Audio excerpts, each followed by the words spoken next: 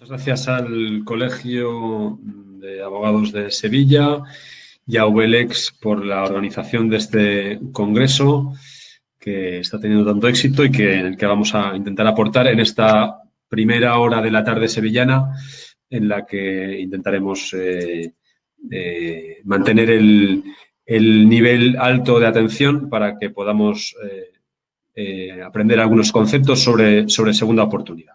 Vamos a hacer esta presentación con algunos conceptos básicos, pero en la medida de lo posible entrando en cuestiones de actualidad. Bueno, lo decía ahora para mantener un poco el nivel de atención. Les voy a poner a los asistentes un pequeño juego, a ver si identificamos estos jardines y este palacio. No voy a dar la respuesta ahora, con lo cual, en fin, no sé si el chat está abierto y alguien quiere apuntar. Luego voy a desvelar un poco el porqué y la relación con la segunda oportunidad, que la tiene clara. Y también vamos a hablar de este personaje. También lo dejo aquí para desvelarlo posteriormente. Si alguien tiene alguna idea, pues adelante. Yo creo que los asistentes al Congreso les gusta viajar y en estos momentos pues tenemos que hacerlo así, con lo cual ahí lo dejo. Y también les gusta el arte, con lo cual les dejo esta obra de arte del siglo XVII.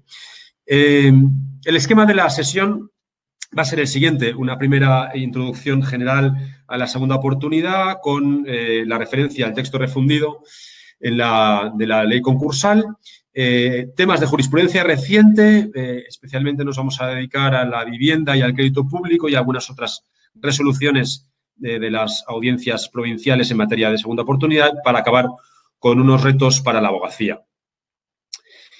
Como el tiempo que tenemos es breve, yo voy a ser un poco sintético. Luego en el coloquio podemos introducirnos en otros temas. En primer lugar, vamos a hablar un momento de la segunda oportunidad como solución eficaz a la insolvencia, como solución simple y al alza, con unas ideas básicas en las que no puedo profundizar, pero que creo que es importante que se queden claras.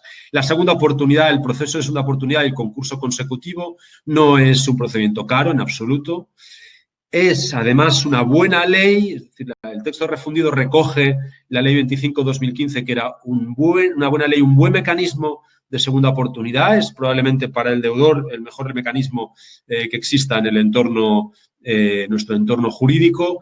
Pasamos de no tener, de ser uno de los últimos países en tener segunda oportunidad, a tener la mejor ley. Desde un punto de vista técnico ha habido deficiencias y luego nos vamos a referir a algunas de ellas. En algunos casos corregido por el texto refundido, en algunos casos agravado, pero en cualquier caso el mecanismo es bueno, es una buena solución para el deudor y para la insolvencia personal.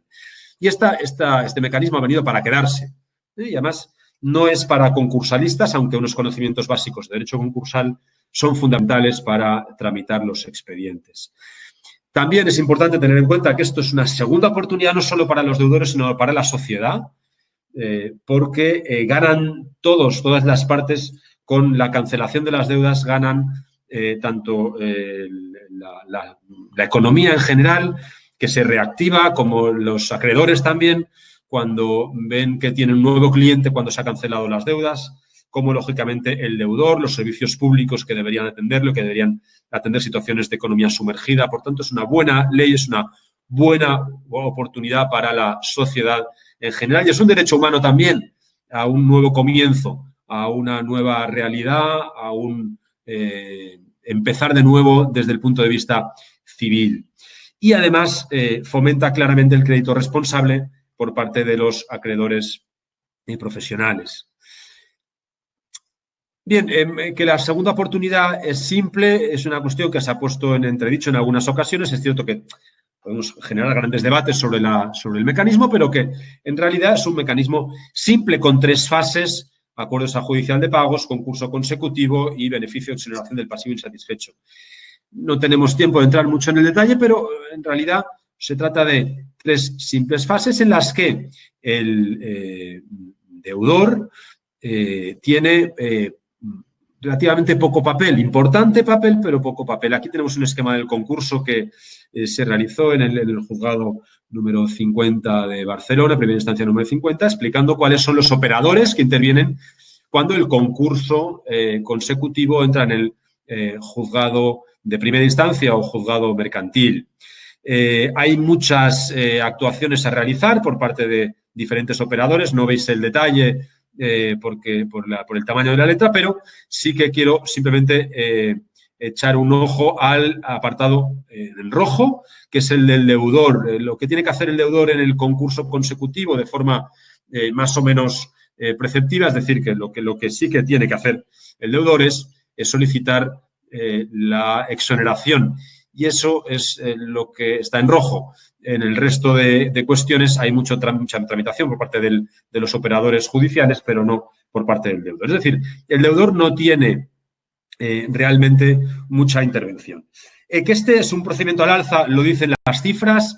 Estamos en unas cifras alrededor de las 6.000, estos son datos del año 2019, 6.219, pero muy lejos de los datos de Alemania, que están en 2018-2019 en 81.000, en Inglaterra 122.000 expedientes, 143.000 de las comisiones de sobreendeudamiento francesas. Por tanto, estamos muy lejos de las cifras de otros países porque falta cultura, faltan congresos como este en el que se trate la segunda oportunidad, que puedan todos los compañeros y compañeras ir asumiendo estos asuntos, porque no es por falta de asuntos de personas insolventes, porque si fuera así no se entenderían las comparativas con estos países europeos. El hecho es que tenemos 6.000 casos en 2019 y 154.000 abogados y abogadas. Estos son los abogados y abogadas que tenemos en cómputo estatal. En Sevilla hay en cómputo del año 2019 6.300 compañeros y compañeras. Hay muchos asuntos para llevar a los juzgados. Pero, como siempre, hay que ver el vaso medio lleno. Vamos a ver cómo la estadística en los últimos años ha ido creciendo. Estos son la evolución desde el 2016 a 2020. El segundo trimestre de 2020 son los últimos datos que tenemos de la estadística del Consejo General del Poder Judicial. Hay un pequeño bajón en el primer y segundo semestre causado por el COVID, especialmente en el segundo semestre, por la moratoria a la que luego nos vamos a referir. En concursos de no empresario en Sevilla, en los partidos judiciales de Sevilla, vemos también que la estadística es muy al alza, con este también bajón en el segundo trimestre de 2020. En concursos de empresario, si hablamos de empresario, la curva es la misma. También es una curva al alza que ha venido a rebajarse un poco en el segundo trimestre del 2020, pero que sigue con unas cifras bastante elevadas. Si vamos a los concursos de empresario en Sevilla, ahí vemos que ha habido pocos asuntos en los juzgados mercantiles, al menos eso es lo que dice la estadística de los juzgados mercantiles. Pero lo cierto es que la estadística nos está diciendo que son poco fiables, los números del Consejo no son exactamente fiables, son datos que les proporcionan los juzgados, pero no siempre con la precisión que sería exigible. En cualquier caso, es un procedimiento, como digo, simple, al alza, eficaz. Vamos a apuntar algunas ideas claves para luego entrar en temas de jurisprudencia que quizás pueden tener más interés. Bueno, dos conceptos básicos que a mí me gusta siempre enfocar cuando hablamos de segunda oportunidad. En primer lugar, el fundamento de la segunda oportunidad y el objetivo. El fundamento y el objetivo. El objetivo es la cancelación de las deudas de las personas insolventes. ¿Y por qué? ¿Por qué ganamos todos? Esto lo veremos en la exposición de motivos de la Ley 25/2015, cuando se introduce el mecanismo en nuestro ordenamiento jurídico, después de la Real Decreto Ley 1/2015. En la exposición de motivos dice muy claramente que el objetivo no es otro que permitir que una persona física pueda encarrilar nuevamente su vida y arriesgarse nuevas iniciativas sin tener que arrastrar indefinidamente una losa de deuda que nunca podría satisfacer. Este es el objetivo, la cancelación de las deudas. Y el fundamento es un fundamento ético. La exposición de motivos también dice, en la exposición de motivos de la Ley 25/2015, que se plantea el fundamento ético de que el ordenamiento jurídico no ofrezca salidas, con lo cual hay un elemento ético detrás de la segunda oportunidad. Y el objetivo, la cancelación, eso es muy importante, como vamos a ver posteriormente en la interpretación de la norma. Hay una diferencia fundamental entre el concurso consecutivo y el concurso de persona física, que es que el objetivo es la cancelación y el objetivo del concurso normal no solo es la cancelación de las deudas, que también ocurre con las sociedades, sino que en el objetivo del concurso, desde siempre, la lógica del concurso era la satisfacción de los acreedores, también la conservación de la empresa, la conservación de la actividad, pero vemos que en el concurso consecutivo, en la segunda oportunidad, el objetivo fundamental es la cancelación de las deudas y eso es lo que tenemos que buscar en la interpretación. Bueno, ¿dónde se regula la segunda oportunidad? El texto refundido de la ley concursal. ¿Podría haber optado el legislador por regularlo en una norma fuera de la ley concursal? Podría ser en una norma de tipo incluso civil para el concurso de la persona física no empresaria, pero el hecho es que lo regula en la ley concursal ahora mismo en el Real Decreto Legislativo 1/2020 de 5 de mayo, que entró en vigor el 1 de septiembre de 2020. Bueno, tenemos una serie de artículos que vienen desglosados en 3 partes, en las 3 fases: el acuerdo extrajudicial de pagos, artículos 331, 694, el concurso consecutivo 705, 720 y la exoneración del pasivo insatisfecho 846, 502. Por tanto, en fin, se aplican algunos artículos de la ley concursal, del texto refundido, no todos los artículos del texto refundido. Algunas ideas básicas que quiero creo que es importante que queden claras. El presupuesto para la exoneración es que el concurso de la persona natural, de la persona física, se concluya por liquidación o por insuficiencia de masa activa, con lo cual siempre vamos a tener que liquidar los bienes del deudor para poder optar a la exoneración, que es lo que buscamos, esta cancelación de las deudas. ¿Cuándo se solicita? En plazo de 15 días, que el deudor va a tener para solicitar la exoneración, simple escrito, interesando la exoneración por las vías que vamos a exponer más adelante. Con lo cual, en fin, el planteamiento que realiza el texto refundido para entrar en las clases de exoneración que establece en 2 regímenes: el régimen general, que es la exoneración por pago, y el régimen especial, que es la exoneración por plan de pagos, en un plazo de unos 5 años, como veremos ahora.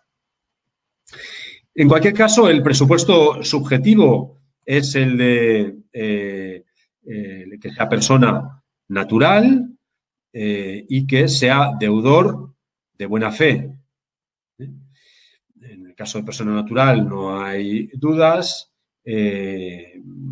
Simplemente pues puede ser persona natural empresaria o no empresaria, que esta distinción tiene su relevancia a efectos de determinar la competencia, el que vaya pues el procedimiento a notaría o a registro mercantil o cámara de comercio y posteriormente al juzgado de primera instancia, en el caso de persona natural no empresaria, y juzgado mercantil persona natural empresaria, en función también del origen de las deudas. Lo que es más relevante es que nos pide la segunda oportunidad que el deudor sea de buena fe. Y el deudor de buena fe es el que nos dice el texto refundido. El legislador realmente concreta qué es la buena fe en una simple nota, que es cumplir los requisitos del artículo 487.2 Y la sentencia de 2 de julio de 2019 del Tribunal Supremo nos va a decir que no hay discrecionalidad judicial, que ahí no puede interpretar el juez, no puede hacer una investigación sobre la buena fe. ¿Qué es la buena fe? ¿Cuál es el deudor de buena fe? El que su concurso no es culpable, que no se ha declarado la culpabilidad del concurso, que no tiene condena firme por delitos contra el patrimonio, el orden socioeconómico, falsedad documental, hacienda pública, etcétera. Podemos ver cuál es el concurso no culpable. Concurso no culpable nos lo dice el artículo 487, que también nos manda el 442 del texto refundido, el antiguo 164. Hay unas presunciones de culpabilidad iuris et de jure y unas iuris tantum. También es cierto que para las iuris tantum el incumplimiento del deber de solicitar el concurso oportunamente, aunque sea culpable, el juez puede conceder igualmente la exoneración. Voy con cierta celeridad para entrar en temas de jurisprudencia, que son los que quizá son más relevantes, pero sí que querría entrar un momento en el presupuesto objetivo, es decir, el supuesto, el régimen general de la exoneración, cuando se exonera por el régimen general, cuando se han satisfecho los créditos contra la masa de privilegiados. Cuando el deudor ha satisfecho estos créditos contra la masa de privilegiados, se opta por este régimen general, por la cancelación. Luego voy a entrar en los... y el régimen especial de la segunda oportunidad es el de la sumisión al plan de pagos, que requiere que no se haya rechazado una oferta de empleo en los 4 años anteriores, que no se hayan cumplido las obligaciones de colaboración con el concurso, no haber obtenido una exoneración en los últimos 10 años. Eso evita que haya personas, haya deudores que constantemente vayan a acceder a una segunda oportunidad y que se acepte a constar en el registro público concursal durante 5 años. Bien.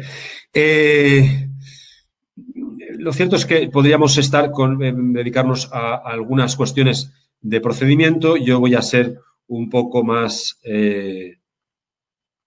voy a saltarme algunas de las diapositivas por el tiempo que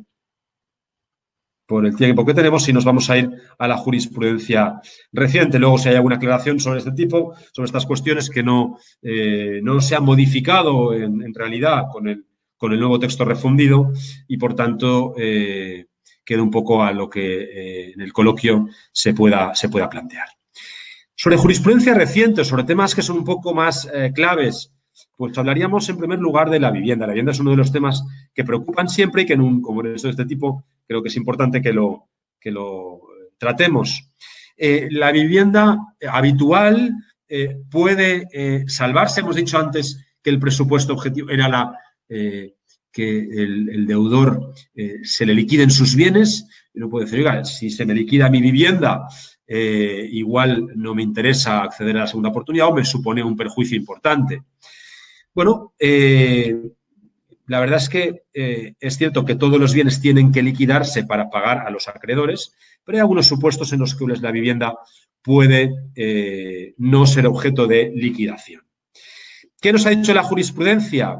Bueno, la jurisprudencia, la sección 15 de la Audiencia Provincial de Barcelona, en auto de 9 de 5 de 2019, nos decía que, en principio, no puede excluirse la vivienda habitual de la masa activa, aunque no sea descartable que el valor de la garantía no exceda el valor del bien o que resulte previsible que la enajenación no cubrirá el crédito hipotecario. Es decir, que de entrada no se excluye la vivienda de la liquidación y, por tanto, habría que liquidarlo. Pero dice, acaba este auto, si así fuera, teniendo en cuenta que el préstamo no se ha dado por vencido y que las cuotas se están abonando puntualmente, si estamos hablando de una vivienda hipotecada, el juez podrá autorizar que el bien no salga a subasta, siempre que se estén abonando las cuotas puntualmente y que el valor de la garantía, el valor del préstamo hipotecario pendiente, no exceda del valor del bien.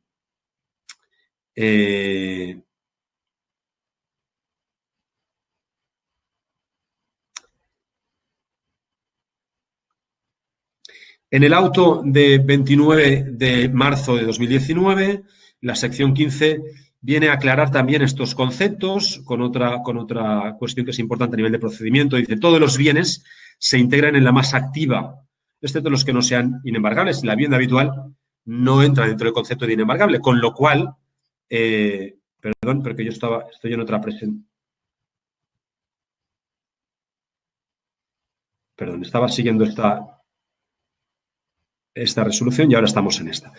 Dice el auto de 29 de marzo de 2019 que la masa activa debe contemplar la vivienda porque no es un bien inembargable. Y todos los bienes de la masa activa, nos dice también la audiencia, deben ser objeto de liquidación. Con lo cual, pues el concurso, la conclusión del concurso por liquidación exige la realización de todos los bienes del deudor. Eso es el principio general. Pero nos dice luego que no es descartable que el valor de la garantía exceda del valor del bien o que resulte previsible que la enajenación en ningún caso cubrirá el crédito hipotecario. Bueno, nos dice que si el préstamo no se ha dado por vencido y las cuotas se están abonando puntualmente, el juez podrá autorizar que el bien no salga a subasta. ¿Por qué? Porque lo más razonable es descartar esta enajenación. Si tenemos un préstamo hipotecario de 150.000 euros y tenemos el valor del bien en 100.000 euros, parece claro que si vendemos el bien no vamos a poder ni pagar al acreedor hipotecario, con lo cual menos al resto de acreedores. Si el acreedor hipotecario, como es este caso, nos dice la entidad financiera titular de la garantía no se ha puesto al recurso y seguramente estará interesado en que se mantenga vigente el crédito, si se da este supuesto, pues parece claro que no tiene ninguna lógica económica que se venda la vivienda. Es mejor que la vivienda quede en propiedad del deudor, que vaya satisfaciendo al acreedor hipotecario sus cuotas periódicamente y además con eso vamos a conseguir, seguramente en muchos casos, que el deudor siga pagando una hipoteca que puede ser más económica que un alquiler que le puede resultar más caro y que va a reducir su capacidad de pago en un eventual plan de pagos al resto de acreedores. También nos dice esto un auto de la Audiencia Provincial de Sevilla, que estamos en el Congreso de Derecho de Consumo de Sevilla.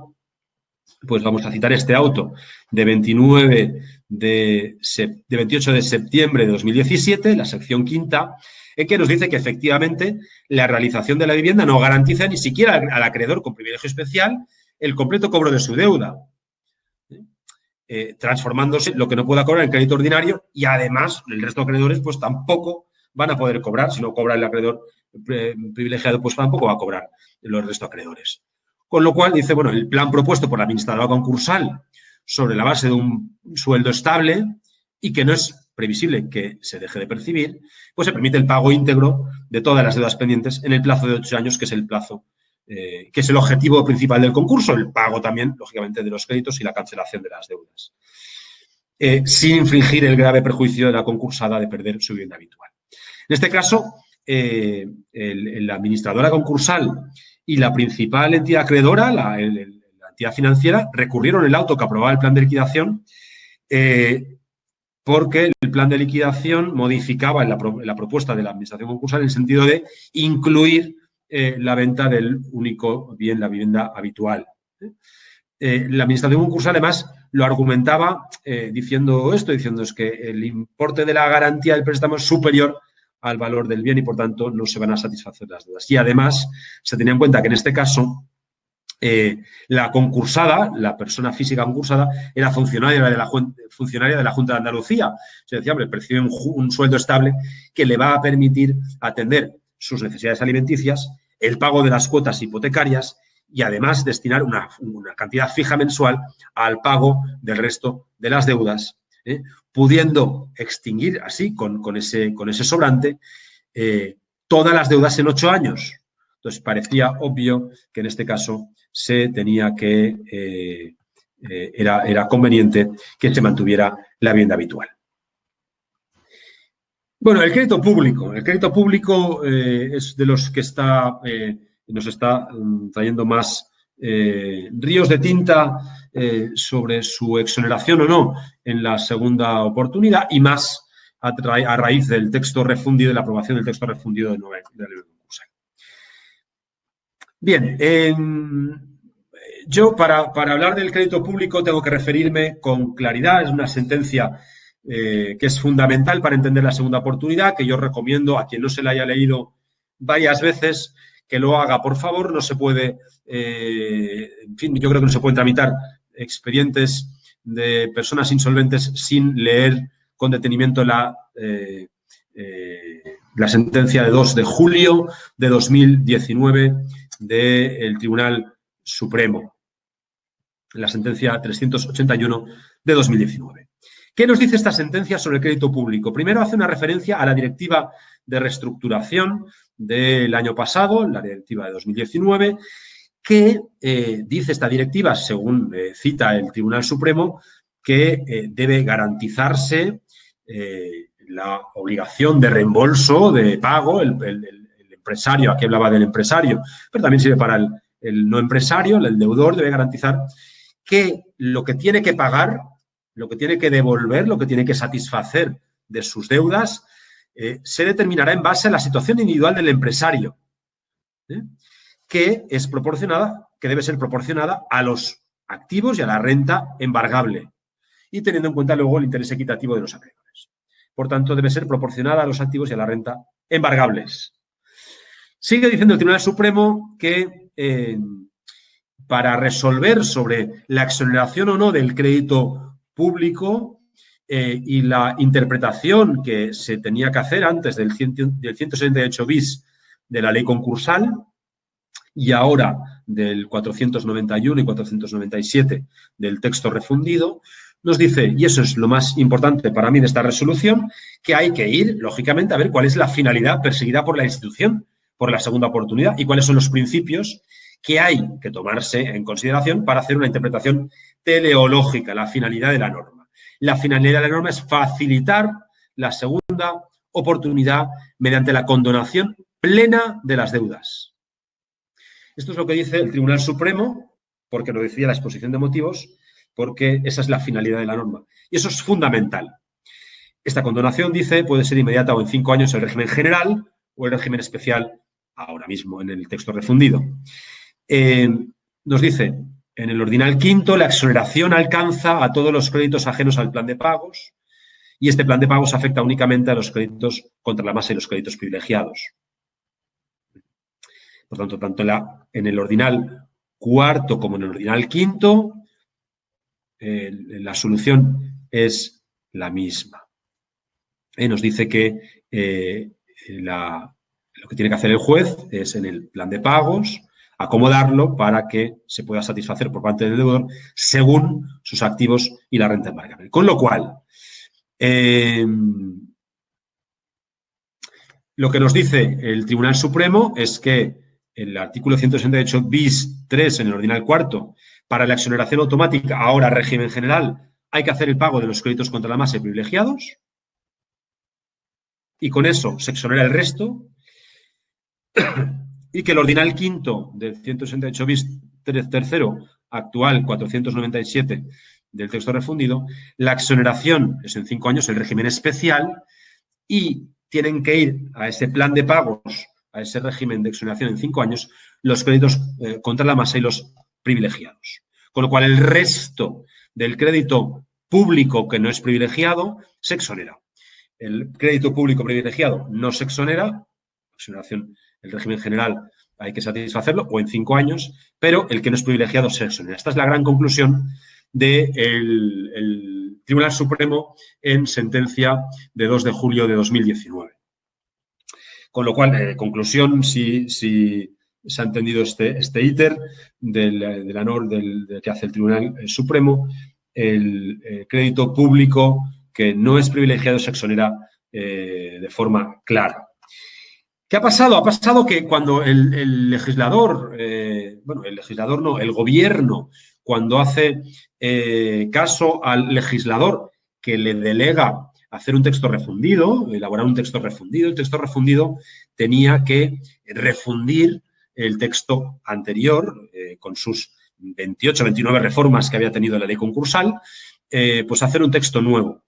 Y lo que hace el legislador es el 168 bis de la ley concursal, lo pasa, lo regula en el 491 y en el 497, entre otros. Pero cuando lo regula, a pesar de que en el proyecto de ley no había esta coletilla que veremos aquí, en el texto refundido sí que hay una coletilla que dice que si se han satisfecho los créditos contra la masa y privilegiados y reúnen los requisitos para poder hacerlo, se hubiera intentado, el deudor que reuniera los requisitos para poder hacerlo hubiera intentado una potestad judicial de pagos, la exoneración se extiende a la totalidad de los créditos insatisfechos. Por tanto, lo que decía el Supremo, se exoneran todos los créditos excepto los créditos contra la masa y los privilegiados, que estos sí que hay que pagarlos. Pero aparece una coletilla que es exceptuando los créditos de derecho público y por alimentos. Bien, pues eso que no estaba en el proyecto aparece en el texto refundido y también aparece en el 497 esta coletilla, con lo cual parece que los créditos de derecho público, todos los créditos de derecho público, los créditos por alimentos, no pueden exonerarse en ningún caso. Bueno, y aquí es donde aparece este señor. Y aquí es donde aparece este palacio. Yo no sé si aquí, si esto alguien ha hecho alguna. Efectivamente. Aquí está. Yo creo que la primera que lo ha dicho es el retrato de un hombre, Silvia Pardo, y María Ángeles Serrano también, Rocío Ruiz. Se habla de Rembrandt. Este señor que teníamos aquí es Rembrandt, es un retrato de Rembrandt de 1636. El año de su primer matrimonio. Su matrimonio. Rembrandt fue una de las primeras personas relevantes conocidas que accedió a un procedimiento concursal. El año 1656 accedió a la cessio bonorum en los tribunales de Ámsterdam. Y es importante, bueno, es relevante porque es un dato importante, uno de los primeros concursados de los que se tiene noticia en la época moderna. Y además, este cuadro que es un autorretrato del mismo, está en este palacio. Este es el Palacio de Sanssouci. Y voy a relatar por qué este palacio está aquí, aparte de que, en fin, nos alegra la vista un poco siempre ver cosas bonitas. Este es un palacio de Federico II el Grande, que está situado en Potsdam. Y me voy a permitir tomar una anécdota que cojo prestada de mi amigo José María Puelles, que creo que estará por aquí, y que nos ilustra en este tema cuál es la respuesta de los juzgados a esta delegación legislativa a la que hacía referencia. Se cuenta que el Federico II el Grande, rey de Prusia, en el año 1747 hizo realidad uno de sus sueños más deseados, que era la inauguración del Palacio de Sanssouci en Potsdam, al lado de Berlín, que es este palacio. ¿Por qué es importante o por qué lo traslado aquí? Porque Federico II, cuando llevaba un tiempo de obras, vio que podía alejarse de la corte de Berlín y situarse a relajarse en este momento, pero vio que su descanso se veía perturbado por el ruido que hacía un molino de viento cercano. No sé si han visto, si se han fijado, pero hay un molino a la izquierda de su pantalla, hay un molino de viento. Bueno, pues el rey, lógicamente, pues lo que hizo es llamar al molinero y le dice que lo comprara para pararlo. El molinero le dijo que no quería, y tuvieron una conversación, una tensa reunión en que el campesino no cedió a las pretensiones del rey, y en un momento el Federico II le dijo: pues tomaré este molino por las malas, y el campesino le dijo, sin inmutarse, una frase que ha sido muy famosa en derecho, en alemán, si es Richt, no Richte y Berlin, que eso será si...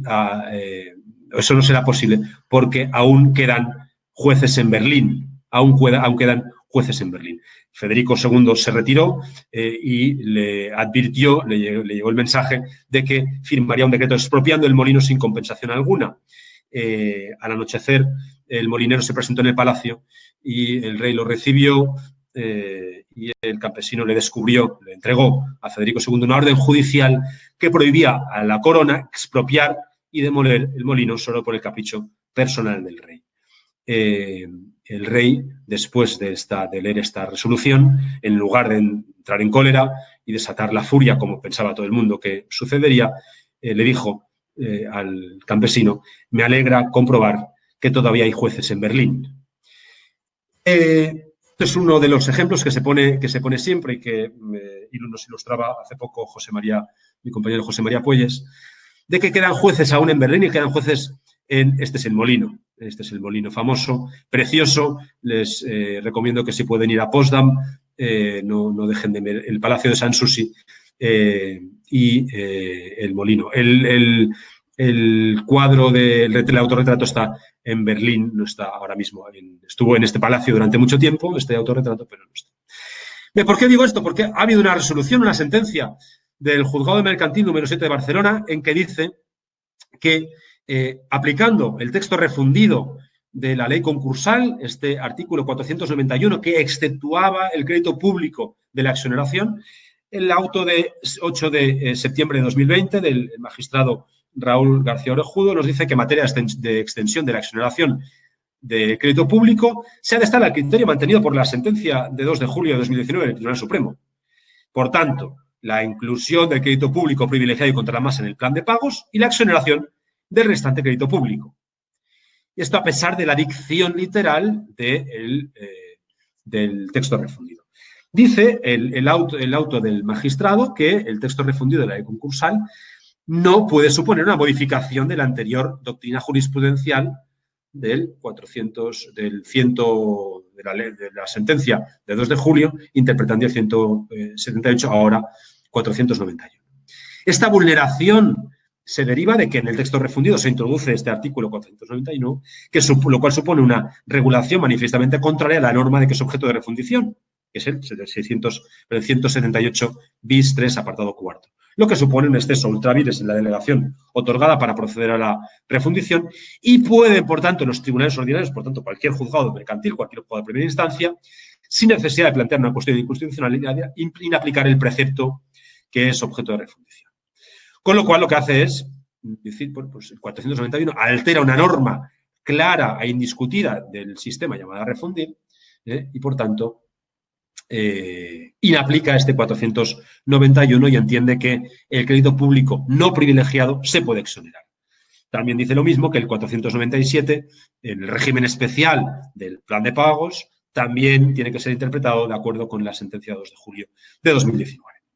Este mismo criterio ha sido aplicado por diversas resoluciones, auto de 23 de septiembre de 2020 del Juzgado Mercantil número 10, auto de 6 de octubre de 2020 del Juzgado Mercantil número 13 de Madrid, con lo cual estamos viendo que además la posición del Supremo es muy clara, es una sentencia de pleno 2 de julio y parece que el criterio no se va a variar, pues es lógico que los tribunales empiecen ya a aplicar este criterio y inapliquen el 491 y 497 en lo que se refiere a esta excepción que hace del crédito público.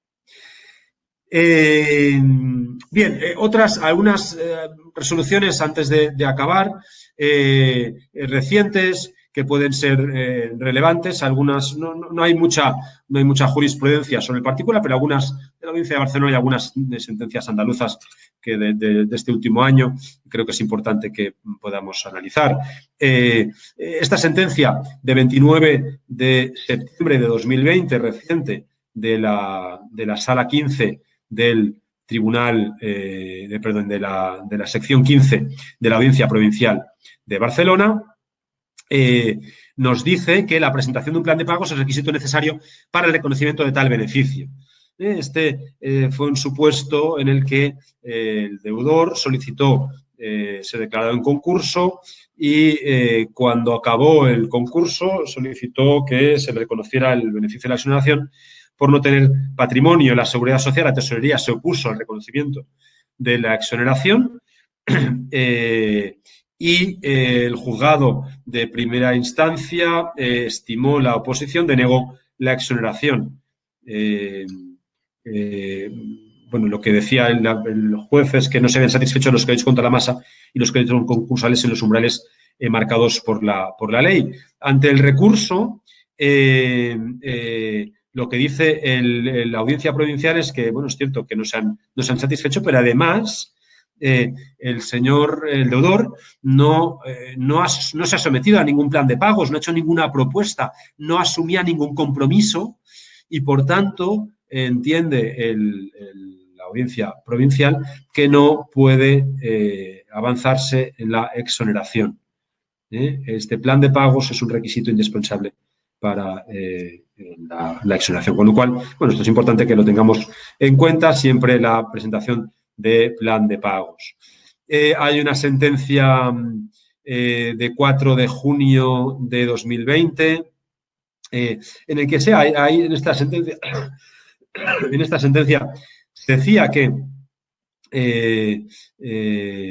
hay que cumplir los requisitos y que, como no sean los requisitos, que una vez subsanados los obstáculos, en este caso era un deudor que solicitó ser declarado en concurso, declaración de concurso en mayo de 2018, la administración concursal comunicó que había insuficiencia para atender los créditos contra la masa y se solicitó la conclusión de concurso con exoneración.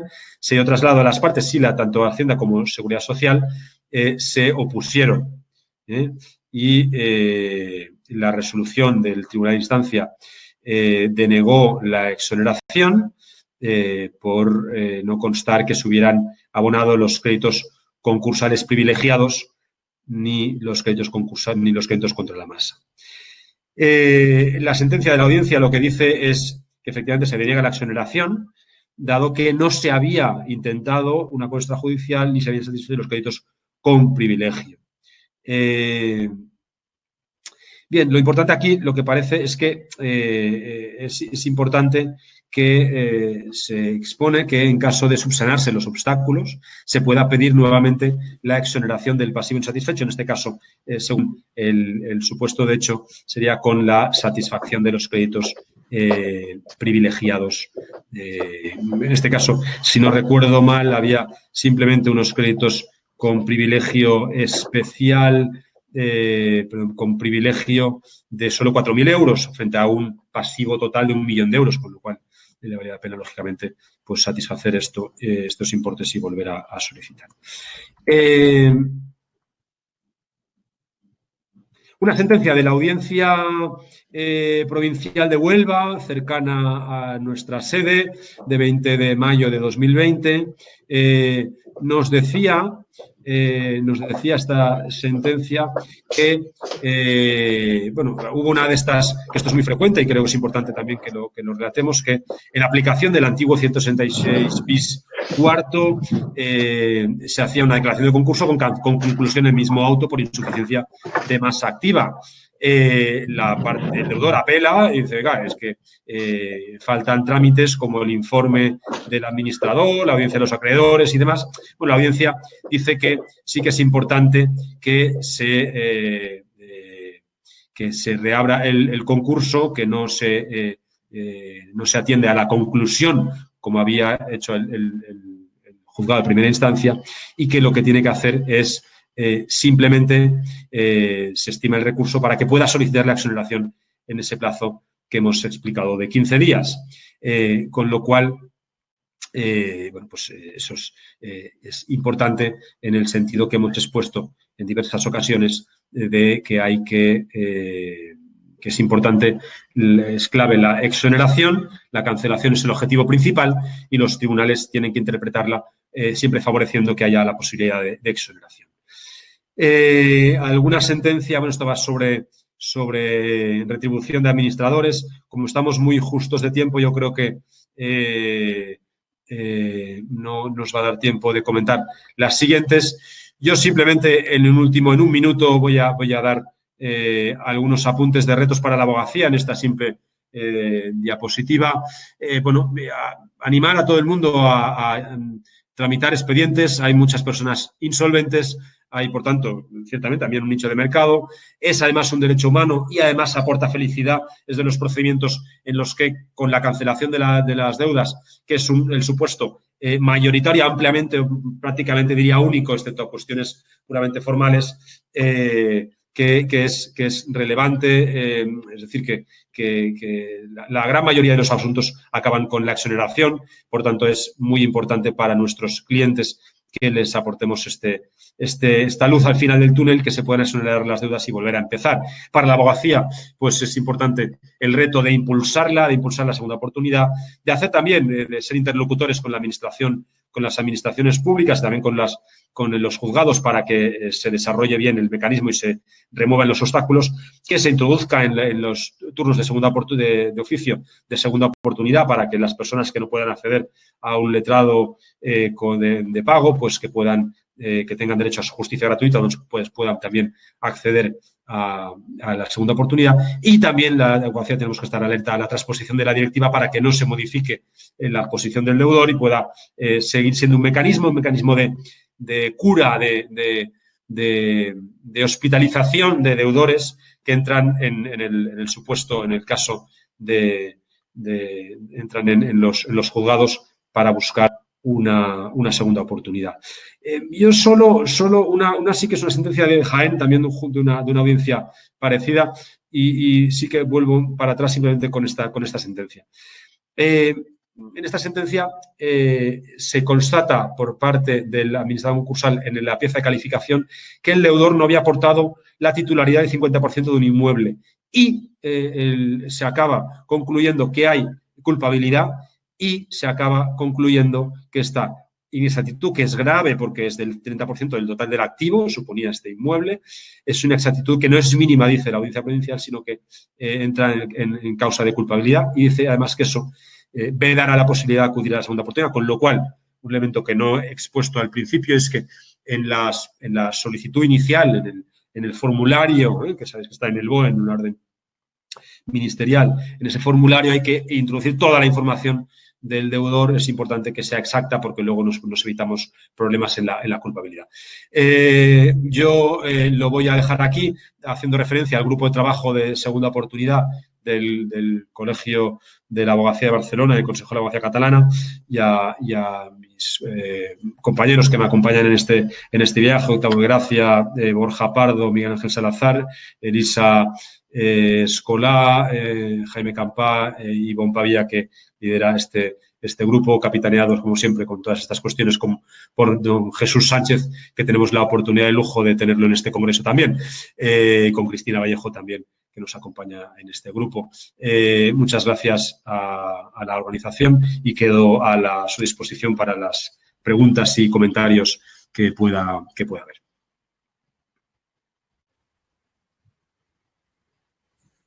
Buenas tardes, Martín. Mira, ¿me escuchas bien? Te escucho perfectamente. Vale, mira, vamos a seguir un cierto orden porque ha habido compañeros que ya han introducido preguntas durante la ponencia, y por seguir un poco un orden, hay una compañera, se llama Rocío Romero, que dice que qué fundamento ético hay detrás de la imposibilidad de acudir al procedimiento en caso de deudas, o sea, de deudores únicamente con la administración pública. Evidentemente está haciendo la pregunta con el tema de la ética, pero bueno, también aclarar el tema de casos de deudas solos con la administración pública, porque parece ser no se puede acudir. Bueno, sí se puede acudir. Hay un tema del acuerdo extrajudicial, del acuerdo extrajudicial preceptivo y que no afecta a los créditos públicos. Yo creo que lo relevante es que sí, que con créditos públicos una persona puede acudir al procedimiento de segunda oportunidad, y sí se pueden exonerar en lo que no sea crédito público privilegiado. Es decir, por ejemplo, Hacienda, un crédito de 50.000 euros, la parte privilegiada normalmente va a ser del 50%. Ahí no voy a entrar tampoco en detalles, pero el 50% suele ser privilegiado. En este caso, se va a tener que satisfacer este 50%, el crédito público privilegiado, pero si se satisface esta parte, el resto del crédito público, el no privilegiado, estos 25.000 euros, sí que se van a exonerar, y el resto del crédito ordinario, la persona que tiene, con este caso que decía, que tiene 1.000.000 de euros bancario, por ejemplo, este se va a exonerar. Con lo cual, hombre, es un pequeño obstáculo.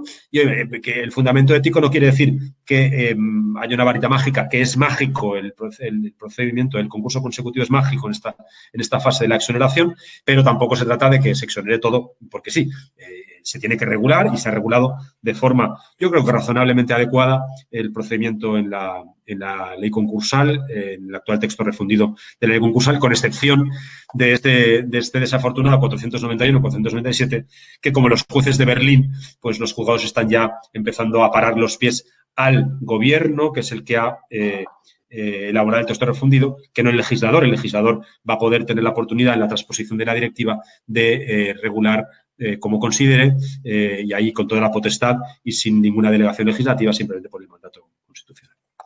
Bien, siguiendo con otra compañera, se llama Rocío Ruiz, plantea que en caso de una sociedad de gananciales, si el deudor está casado, ¿hasta qué punto queda desprotegido el cónyuge? Bueno, entiendo que es el caso de cuando hay una sociedad, claro, cuando uno presenta concurso de acreedores, ¿cómo queda el otro cónyuge? Bueno, hay una cierta regulación de la situación de gananciales, pero estamos hablando siempre de la regulación del deudor, con lo cual, en principio, yo creo que no le afecta al cónyuge que no presenta el concurso, no le afecta, obviamente. Sí, responde en la medida. Cuando el régimen económico del matrimonio es el de sociedad de gananciales o cualquier otro de comunidad de bienes, la exoneración beneficia a los bienes comunes respecto de los créditos que sean anteriores a la declaración de concurso frente a los que deban responder esos bienes. Aunque el otro cónyuge no se hubiera declarado en concurso. Y esto también se aplica a los bienes de la sociedad ya disuelta, en tanto que no haya sido liquidada. Yo le recomiendo a nuestra asistente, participante o espectadora la lectura de los artículos 500 en adelante, de 501 del texto refundido de la ley concursal. Bien. Y es posible en un solo procedimiento cuando el deudor, además de las deudas personales, contrae deudas como avalista hipotecante de una sociedad de la que fue administrador. O sea, tiene deudas como consecuencia de haber avalado a una sociedad con un bien inmueble, evidentemente.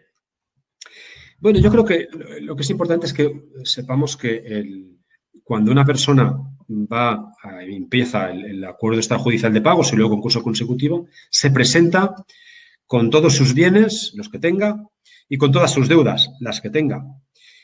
Con lo cual, vengan de donde vengan estas deudas, si son suyas, si las asume en tanto que avalista, en tanto, en fin, el título que fuere, pues esas son las deudas que van a figurar en la lista de acreedores y esas son las deudas que se van a exonerar eventualmente si cumple los requisitos por la vía del régimen general o por la vía del régimen especial del plan de pagos en 5 años. O sea, que es que hay más de una pregunta en esa línea. Quiero decir, que están planteando preguntas como que el origen de las deudas es diferente. Yo entiendo que al ser una deuda por la que la asume un deudor, el concurso es del deudor, independientemente del origen o la naturaleza de la deuda. Bueno, la naturaleza ya se estudia en el concurso, me refiero al origen.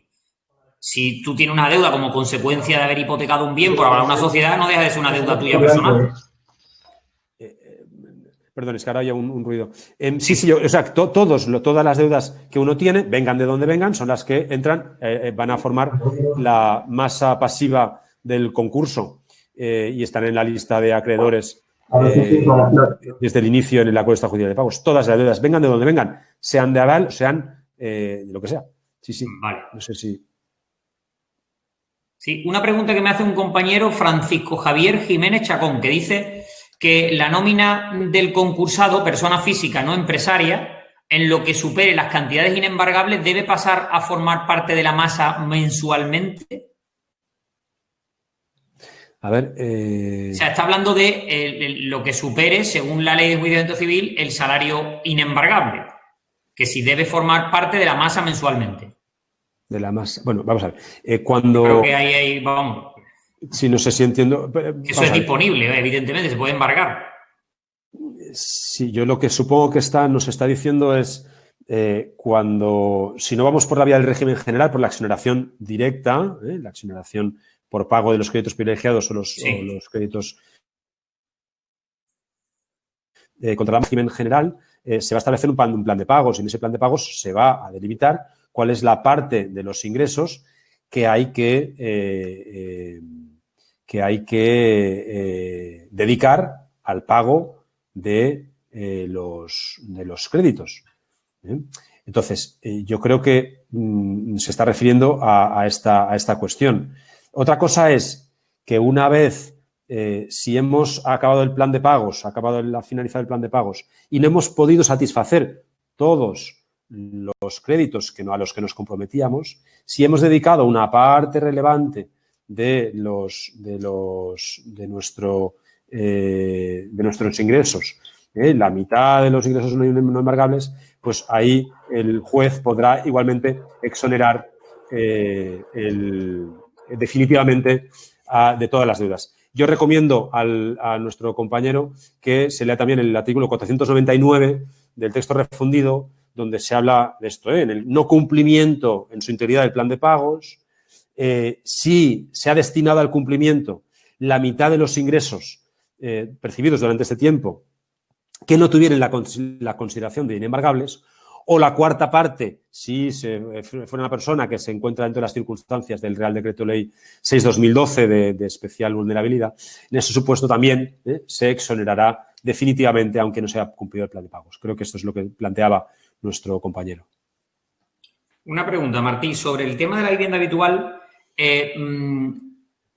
Tengo una duda porque parece que, o he entendido que la vivienda habitual, entre comillas, se puede salvar si está al día en el pago de la deuda hipotecaria y se hace un plan de pagos con las deudas personales. Pero la pregunta es, ¿no se entra a valorar el ratio, por ejemplo, de valor de la vivienda y deuda que resta por pagar? Porque imaginémonos a alguien que está pagando la hipoteca, la paga religiosamente, pero claro, le queda a lo mejor una mínima parte en comparación al valor del bien. ¿Cómo se trata eso? Sí, yo cuando lo he expuesto creo que he dado un punto sobre esto que estabas comentando en el siguiente sentido. Primero, de entrada, la vivienda se liquida, la vivienda forma parte de la masa activa, por el primer punto, y segundo, la masa activa hay que liquidarla. Esto es el principio general. Pero en algunos casos, los tribunales, a petición, lógicamente, del deudor y también del administrador concursal, lo que puede hacer es no sacar ese bien a subasta en un supuesto en el que la vivienda está hipotecada. ¿Pero qué requisito le exige la jurisprudencia hasta ahora en estas sentencias que hemos visto de Sevilla, de la Audiencia de Sevilla de 2017 o de la Audiencia de Barcelona en algunas de 2018 y 2019? Que se esté al corriente de pago y que el importe pendiente del préstamo hipotecario sea superior al valor del bien. Claro. Si es inferior al valor del bien, como es el que me dices tú, quedan 1.000 euros, sí, claro, queda una cuota y el bien vale 300.000 euros, es obvio que no se va a dar el supuesto y se va a sacar a subasta. Porque si vale 300.000 euros y el préstamo solo quedan 1.000 euros, es obvio que el beneficio tanto para el acreedor privilegiado como para el resto de acreedores es que se venda el bien y que se paguen esos 1.000 euros, que lógicamente la cantidad es irrisoria, pero si quedaran 30.000 o 100.000, también le valdría la pena al acreedor privilegiado, el acreedor hipotecario privilegiado, que salga el bien a subasta. Con lo cual, si el bien, por tanto, si el bien vale 300.000 euros, pongo la cifra que he puesto, que vale 300.000 euros, y el préstamo hipotecario es de 100.000 euros, no se salva el bien. Si el bien vale 300.000 euros y el préstamo hipotecario es de 500.000, ahí sí es posible que se salve la vivienda. Estos son los supuestos que la jurisprudencia ha indicado por una cuestión de lógica económica. No sé si respondo a tu pregunta. El valor lo va a tener que determinar. Lo va a determinar el administrador con mediador. Luego, vale, no estamos a efecto hipotecario del valor que haya recogido en la hipoteca, porque claro, muchas veces el valor que está recogido en la hipoteca puede estar más allá del valor real actual o no, al revés. Sabemos que al inicio del procedimiento el administrador concursal tiene que hacer una valoración, hacer un inventario de la masa activa, con lo cual va a valorar ese es el valor, el bien. Y ese es el valor que, bueno, se podrá discutir en el procedimiento, pero de entrada yo creo que lo habitual, lo normal es que se fije un valor en el inventario y ese sea el valor que se tenga en cuenta. Y el valor del préstamo pues también figura en la lista de acreedores. Con lo cual tenemos las dos cifras, las tenemos ya claras al inicio del procedimiento y va a ser fácil. Otra cosa es cómo valore el administrador concursal, y ahí sería bueno que si el deudor cree que se encuentra en nuestro supuesto y quiere salvar la vivienda habitual, lo que puede hacer es trasladar en el inicio de su expediente, en la solicitud de acuerdo extrajudicial, aportar un informe pericial que diga que el valor es el que sea. ¿Sí? Que sea un valor... Le va a interesar, evidentemente, más bajo que el valor, un valor bajo para que su hipoteca lo supere. Y ese valor, si el administrador concursal se lo cree, pues es el que va a tomar como referencia. Si no se lo cree, pues hacer la valoración que considere en el inventario. Muy bien. Hay una aclaración del compañero que hizo antes la pregunta, Francisco Javier Jiménez Chacón, ahí en el chat. No sé si tú lo puedes ver, Martín, si le das al chat. A ver, la última apreciación. No veo porque me he quedado unas buenas tardes. Vale, que dice... No sé cómo avanzar. Dice, me refería, estaba hablando del tema de si integra la masa activa lo del tema del salario inembargable. Dice, me refería en si durante la tramitación del concurso, antes de llegar a la fase del plan de pagos, a la hora de determinar la masa activa, si ésta debe irse incrementando durante la tramitación del concurso con los ingresos por nómina que perciba el deudor por encima de las cantidades inembargables. No, yo creo que... Lo ha precisado ya, sí. Muy bien, el compañero, sí, yo creo que es un supuesto para aclarar. Yo creo que el inventario de la masa activa son los bienes que tiene el deudor y el salario como tal, pues es un recurrente que se va ingresando cada mes. Normalmente en los inventarios no figura como tal el salario, y lo que además es que nos importa poco, es decir, se van a liquidar los bienes y se van a pagar las deudas. Que una persona tenga un salario o no lo tenga, pues simplemente va a servir para poder pagar estos créditos privilegiados o contra la masa que nos van a llevar al régimen general de exoneración, o nos van a ser útiles para elaborar un plan de pagos en 5 años por la vía del régimen especial de plan de pagos. Entonces, con ese vamos a tener ese salario, esos lo que sea, pues lo que es el salario, 1.000, 2.000, 3.000 euros. Con ese salario se va a elaborar un plan de pagos que va a ser útil para que pues el juez, lógicamente, pues apruebe ese plan, ¿no?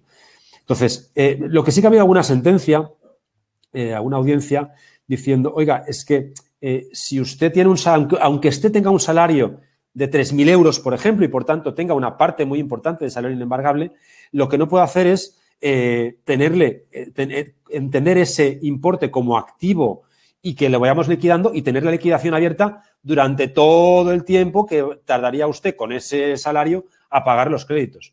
Eso ponía un ejemplo, la Audiencia Provincial de Barcelona, sección 15, en un supuesto, un salario alrededor de los 3.000 euros. Pero decía, es que claro, si tenemos la liquidación abierta para liquidar todas las deudas, estamos como 150 años, como 150 años con la liquidación abierta para poder pagar esto, con lo cual ese salario no se considera activo y lo que hay que liquidar es el resto de activos, y ese salario servirá para, si hay exoneración por la vía directa, pues no servirá para nada, y si hay exoneración por la vía del plan de pagos, para elaborar el plan de pagos y una propuesta importante, si es un salario importante, para que con ese importe pueda satisfacer los créditos y acabar con la exoneración. Muy bien, pues yo creo que teniendo en cuenta la hora y demás, damos por terminada la ponencia, porque a las 5:30 tenemos fija la siguiente. Muchas gracias, Martín. Pues muchas gracias a vosotros y a todos los participantes. Yo no he podido seguir mucho el chat porque estaba con la ponencia, pero vamos, encantado de la acogida por parte del colegio y de VLEX. Encantado de seguir participando en el congreso, y si algún día nos vamos a ver el Palacio de Sanssouci y las obras de Rembrandt, pues ahí nos veremos a disfrutar de la belleza el día que podamos disfrutar de estas cosas que ahora mismo tenemos vetadas. Muy bien, Muchas gracias. gracias.